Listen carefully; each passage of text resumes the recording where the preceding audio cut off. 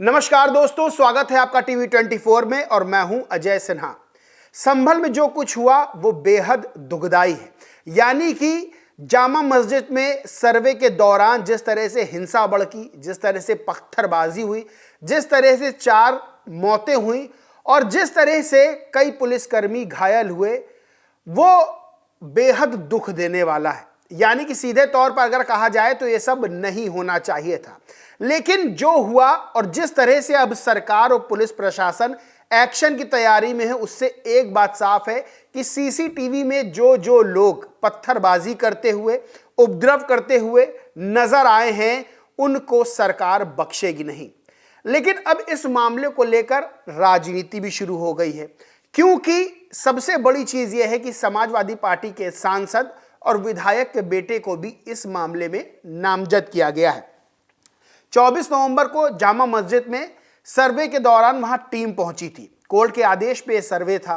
उस दौरान वहां पर हिंसा भड़की, कुछ लोगों ने पत्थरबाजी की, पत्थर चलाए गए, गोलियां चली, 4 मौतें हुई और कई लोग ऐसे थे जो उपद्रव करते हुए सीसीटीवी में कैद हुए। इस मामले को लेकर अब सरकार, पुलिस प्रशासन एक्शन की तैयारी में है और 2500 से ज्यादा लोगों को जो है वो आरोपी बनाया गया। अगर समाजवादी पार्टी के नेताओं की बात करें तो सपा सांसद जियाउर रहमान बर्क और विधायक इकबाल महमूद हैं, उनके बेटे सुहेल इकबाल को नामजद किया गया इस मामले में। वहीं 25 से ज्यादा जो उपद्रवी हैं उनको गिरफ्तार किया जा चुका है, जिसमें महिलाएं भी शामिल हैं।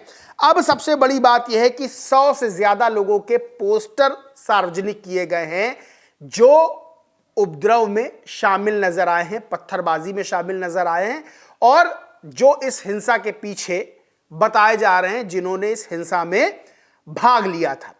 अब सबसे बड़ी बात यह है कि इस संभल हिंसा को लेकर, संभल मामले को लेकर राजनीति भी तेज हो गई है और अखिलेश यादव ने सरकार पर भी सवाल खड़े किए हैं।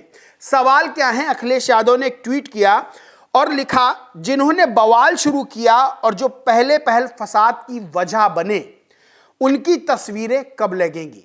और अखिलेश यादव ने जो ट्वीट किया, उस ट्वीट में जो वकील हैं विष्णु जैन, वो नजर आ रहे हैं और उनकी फोटो लगाकर अखिलेश यादव ने पूछा है कि जिन्होंने फसाद की जो वजह बने, जिन्होंने शुरुआत की बवाल की, उनकी तस्वीरें कब लगेंगी। यानी सीधे तौर पर अखिलेश यादव ने एक बड़ा सवाल खड़ा किया है सरकार पर कि इनकी तस्वीर कब लगेगी जिन्होंने बवाल शुरू किया।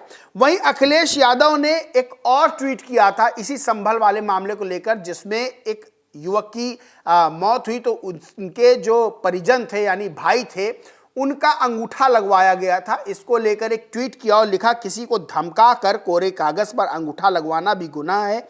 माननीय सर्वोच्च न्यायालय तत्काल संज्ञान ले और दोषी शासन प्रशासन के खिलाफ दंडात्मक कार्रवाई करके इस घटना के लिए जिम्मेदार सभी को सजा दे। न्याय का मान न्यायालय ही सुनिश्चित करेगा। अब जाहिर सी बात है कि जो मृतक थे उनके परिजन यानी भाई ने यह आरोप लगाया कि वो पढ़े लिखे नहीं हैं और पुलिस प्रशासन ने उनका अंगूठा लगवा लिया। इसको लेकर अखिलेश यादव ने सवालिया निशान खड़े किए। सबसे बड़ी चीज यह है कि संभल मामले को लेकर अब राजनीति बहुत तेज हो गई है। राजनीति इसलिए भी तेज हो गई है, जहां पुलिस प्रशासन, सरकार अब उपद्रवियों पर सख्त कार्रवाई के मूड में है, तो वहीं समाजवादी पार्टी के सांसद को भी नामजद आरोपी बनाया गया है। अखिलेश यादव समाजवादी पार्टी कहना है कि उस वक्त जो समाजवादी पार्टी के सांसद हैं जियाउर रहमान बर्क, वो वहां पर थे ही नहीं, तो उनको नामजद क्यों किया गया है। अब राजनीति इस बात को भी लेकर तेज हो गई है। आरोप ये लगाए जा रहे हैं कि बीजेपी टारगेट कर रही है, यानी सरकार जो है वो एक खास वर्ग को टारगेट कर रही है।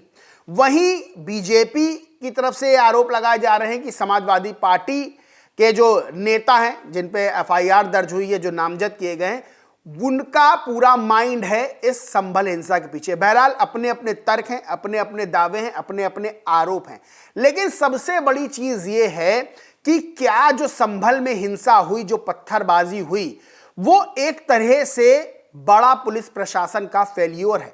क्योंकि अगर इतनी बड़ी स्तर पर हिंसा होनी थी, पत्थर इकट्ठा किए जा रहे थे, पत्थरबाजी होनी थी, जब सर्वे वहां का होना था और ये अंदाजा था कि इस तरह की चीज हो सकती है, तो क्या उसको लेकर व्यवस्था नहीं की गई? क्या एलआईयू को यह जानकारी नहीं हुई, जो लोकल इंटेलिजेंस यूनिट होती है, जो स्थानीय प्रशासन होता है, उसको यह बात की जानकारी नहीं थी कि कुछ लोग उपद्रव कर सकते हैं, पत्थरबाजी कर सकते हैं, पत्थर बरसा सकते हैं? ये सवाल भी खड़े होते हैं। सवाल ये भी खड़े होते हैं कि आखिर इस हिंसा के पीछे कौन मास्टरमाइंड है, कौन लोगों को इकट्ठा करके वहां पर लाया, कैसे इतने ज्यादा लोग मौके पर पहुंच गए, कहां से जो पुलिस का दावा है कि जो मौतें हुई हैं वो जो असलहे हैं वो अवैध असलहे लोगों ने चलाए हैं। जो समाजवादी पार्टी है और कुछ लोग हैं, उनका दावा है कि पुलिस की गोली से जो है लोग मरे हैं। तो सबसे बड़ा सवाल यही खड़ा होता है, अगर पुलिस प्रशासन की ओर से देखा जाए जो उन्होंने दावा किया है, तो क्या लोगों के पास असलहे थे? तो ये बात वहां की एलआईयू को पता क्यों नहीं चली, वहां के लोकल प्रशासन को पता क्यों नहीं चली? पत्थर इकट्ठा किए जा रहे थे तो पता क्यों नहीं चला? इसी को लेकर रजत शर्मा वरिष्ठ पत्रकार हैं, उन्होंने भी एक ट्वीट किया था। उन्होंने कहा था, संभल में 4 लोगों की मौत दुखद है। अगर प्रशासन ने सावधानी बरती होती तो इतनी भीड़ इकट्ठा नहीं होती और भीड़ को मजहब के नाम पर भड़काया ना गया होता तो वो पुलिस पर हमला नहीं करते। मेरा तो ये कहना है कि मंदिर मस्जिद के नाम पर रोज रोज के ये झगड़े बंद होने चाहिए। टकराव से कभी किसी का भला नहीं हुआ। जब भी रास्ता निकला है तो आपसी बातचीत से निकला है। अगर किसी को लड़ना ही है तो अदालत में जाकर लड़े। रजत शर्मा ने एक वीडियो में यह भी बात कही थी कि आरएसएस प्रमुख मोहन भागवत ने कहा था कि हर मस्जिद के नीचे मंदिर या शिवलिंग खोजना ठीक नहीं है। यानी कि सबसे बड़ी बात यही है कि क्या रोज रोज ये दावे किए जाएंगे, रोज रोज इन दावों को लेकर याचिकाएं दाखिल की जाएंगी कि फला मस्जिद के नीचे कोई मंदिर है, फला मस्जिद के नीचे शिवलिंग है, फला जो मस्जिद है वो मंदिर में बनाई गई है। तमाम तरह के सवाल ये खड़े होते हैं। रजत शर्मा ने भी इसको लेकर सवालिया निशान खड़े किए। अब संभल में जो हुआ वो हुआ। संभल से पहले जब बहराइच में भी इस तरह की मामला आया, जब एक युवक चढ़ गया था छत पर और उसने वहां एक जो झंडा था उसको गिरा दिया था और दूसरा झंडा लहराया था, गोली लगने से उसकी मौत हो गई थी। उसके बाद भी बवाल बढ़ा था बहराइच में। तब भी ये सवाल खड़े हुए थे कि कैसे वहां के लोकल प्रशासन को, वहां के एलआईयू को, वहां की पुलिस को ये भनक नहीं लगी कि ये सब चीजें हो सकती हैं। कैसे जब जो धार्मिक जुलूस निकाला गया उसमें जो गाने बज रहे थे उसको लेकर कुछ लोगों ने आपत्ति जताई थी, उसके बाद जो हिंसा भड़की थी। तमाम तरह के सवाल तब भी खड़े हुए थे। तमाम तरह के सवाल संभल वाले मामले को लेकर, संभल बवाल को लेकर भी खड़े हो रहे।